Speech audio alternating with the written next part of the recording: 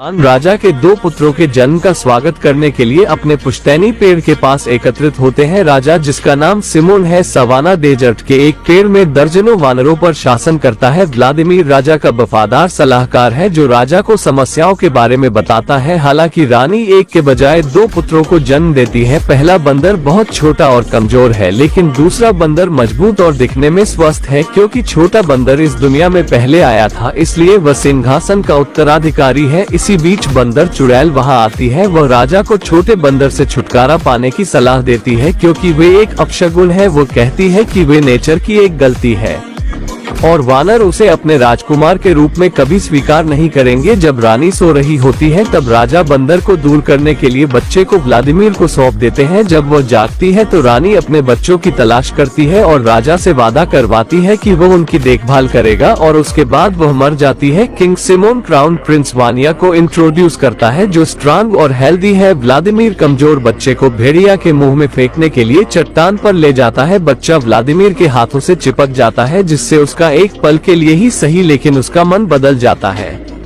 हालांकि व्लादिमीर की निष्ठा राजा के साथ है, इसलिए वो बंदर को फेंक देता है और वहां से चला जाता है। इसी बीच कमजोर बंदर सीधे भेड़िया के मुंह में नहीं गिरता बल्कि एक बेल पर लटक जाता है। भेड़िया अंत में बच्चे को बेल से निकाल लेता है और उसके एक हाथ को काट लेता है। इससे पहले कि भेड़िया बच्चे को पूरी तरीके से नुकसान पहुंचा सके, एक दूसरा बंदर उसे बचा लेता है। बच्चा एक वानर की तरह चलने में असमर्थ है क्योंकि उसके दाहिने हाथ को भेड़िया ने काट लिया है। इसलिए उसका सेवियर, जिसका नाम इयान है, उसे अपनी पीठ पर सवारी करने की अनुमति देता है। कुछ समय बाद कमजोर बंदर एडवर्ड नाम का एडल्ट वानर बन जाता है। वे अभी भी इयान की पीठ पर सवार है क्योंकि उसका एक हाथ अब भी काम नहीं करता। वे दोनों अच्छे दोस्त हैं जो एक दूसरे के साथ झगड़ा करते हैं और एक दूसरे की देखभाल भी करते हैं। वह दूसरे वानरों से बहुत दूर चले जाते हैं। इयान को बोलने में समस्या है, इसलिए वो ठीक से बात नहीं कर सकता। एडवर्ड अपनी छोटी सी जगह में कुछ अंजीर ढूंढ रहा है जिसे उसने पत्तों से ढके एक छेद में रखा था। वे इयान से इसके बारे में पूछता है, लेकिन वानर इसे इग्नोर कर देता है और उन दोनों के बीच आर्ग्यूमेंट शुरू हो जाता है। एडवर्ड एक चूहे को देखता है और उसे रियलाइज होता है कि चूहे ने उसका खाना खा लिया है। वो उसका पीछा करना शुरू कर देता है, लेकिन वो उसे अपने एक हाथ से पकड़ नहीं पाता। वो पेड़ के रस की तलाश करता है और उसे चूहे के झाल के रूप में इस्तेमाल करने की योजना बनाता है, लेकिन हन का साउंड उसे डिस्ट्रैक्ट कर देता है। हन बजने से पता चलता है कि कोको बॉल की शुरुआत हो चुकी है। यह एक ऐसा खेल है जिसे इयान और एडवर्ड काफी पसंद करते हैं। इयान जाने के लिए अति इच्छुक है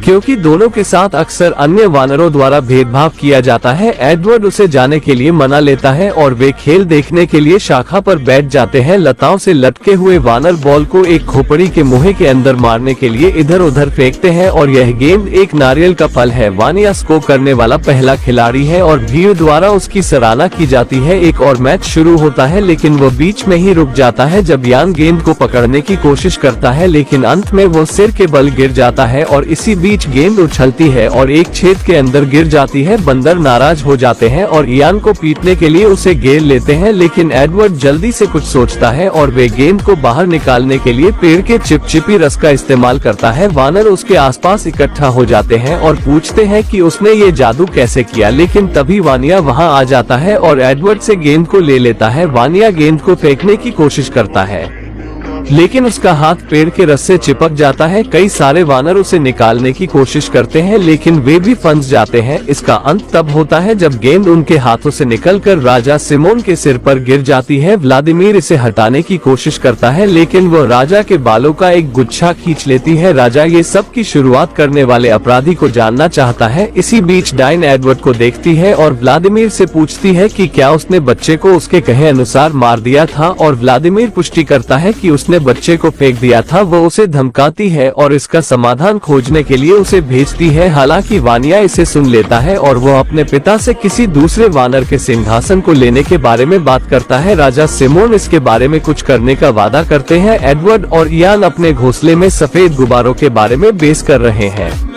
जिसका इयान हमेशा सपना देखता है। राजा के आदेश पर सगे और मार्शल वहां दिखाई देते हैं। वे एडवर्ड को बताते हैं कि उसे राजा ने बुलाया है। राजा की उपस्थिति में एडवर्ड पर जादू का अभ्यास करने का आरोप लगाया जाता है। एडवर्ड एक बार फिर उन्हें समझाता है कि यह जादू नहीं है बल्कि कुछ तरकीबें हैं जिन्हें उसने खोजा है, और वो उनमें से कुछ तरकीबें राजा को दिखाने के लिए आगे बढ़ता है। वो पत्तों से एक मुकुट बनाता है और एक पत्ते में पानी डालकर मिरर बनाता है। राजा पहली बार अपना रिफ्लेक्शन देख सकता है और वह अपने ही चेहरे को देखकर चकित हो जाता है। एडवर्ड राजा के लिए झूला बनाता है और उससे बातें करता रहता है। इसी बीच अचानक उन पर कीड़ों के झुंड द्वारा हमला कर दिया जाता है जो उस डाइन ने वहां भेजे हैं। राजा सिमोन को झूले से नीचे फेंक दिया जाता है और एडवर्ड पर चुड़ैल द्वारा हत्या करने के प्रयास का आरोप लगाया जाता है। वह उसे चट्टान से फेंकने का आदेश देता है और इयान देखने के अलावा कुछ नहीं कर सकता। राजा सिमोन ऊपर चढ़ता है और यह जानने की मांग करता है कि एडवर्ड को चट्टान से किसने फेंका। वानिया का कहना है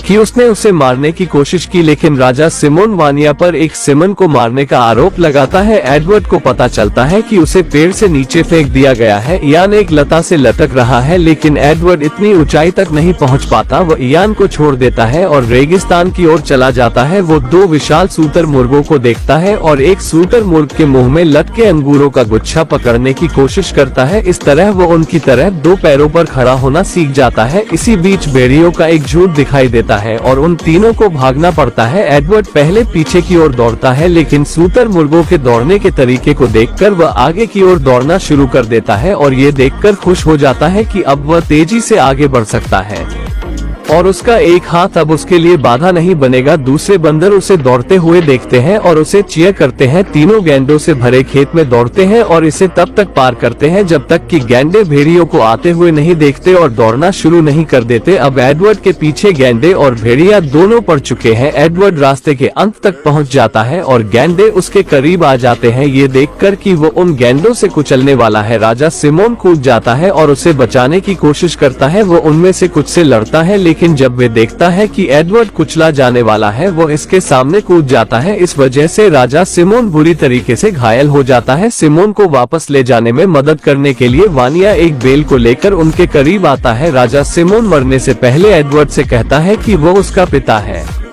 वानिया सिमोन के शरीर को ले जाता है और एडवर्ड से कहता है कि उसे अपना भाई समझने की सोचना भी मत। वानिया को राजा का ताज पहनाया जाता है और वह एडवर्ड से छुटकारा पाने के प्रयास में विफल होने के कारण व्लादिमीर को बर्खास्त कर देता है। सगे व्लादिमीर की जगह लेता है और अब वानिया के लिए वाइफ चुनने का समय आ गया है, लेकिन वाइफ ढूंढने के बजाय वानिया घोषणा करता है कि उन सभी पर उसका पूर्ण अधिकार है। एक तूफान शुरू हो जाता है और व्लादिमीर सभी वानर द्वारा रिजेक्ट कर दिया जाता है। तूफान वायलेंट हो जाता है और एक बाउंडर आ जाता है। एडवर्ड को बवंडर में लूसी का पता चलता है और उसे उससे प्यार हो जाता है। वो उसका पीछा करता है और वो अच्छे दोस्त बन जाते हैं। एडवर्ड उसे दो पैरों पर खड़ा होना सिखाता है और उन्हें ज्वालामुखी से आग के बारे में पता चलता है। एक्साइटेड होकर एडवर्ड आग के एक टुकड़े को वापस वानरों के पास ले जाता है और इसके बारे में उन्हें बताता है। वे उसे अंदर नहीं आने देते और वानिया के आदेश पर उस पर पत्थर फेंकते हैं। निराश एडवर्ड लूसी के साथ वहां से चला जाता है।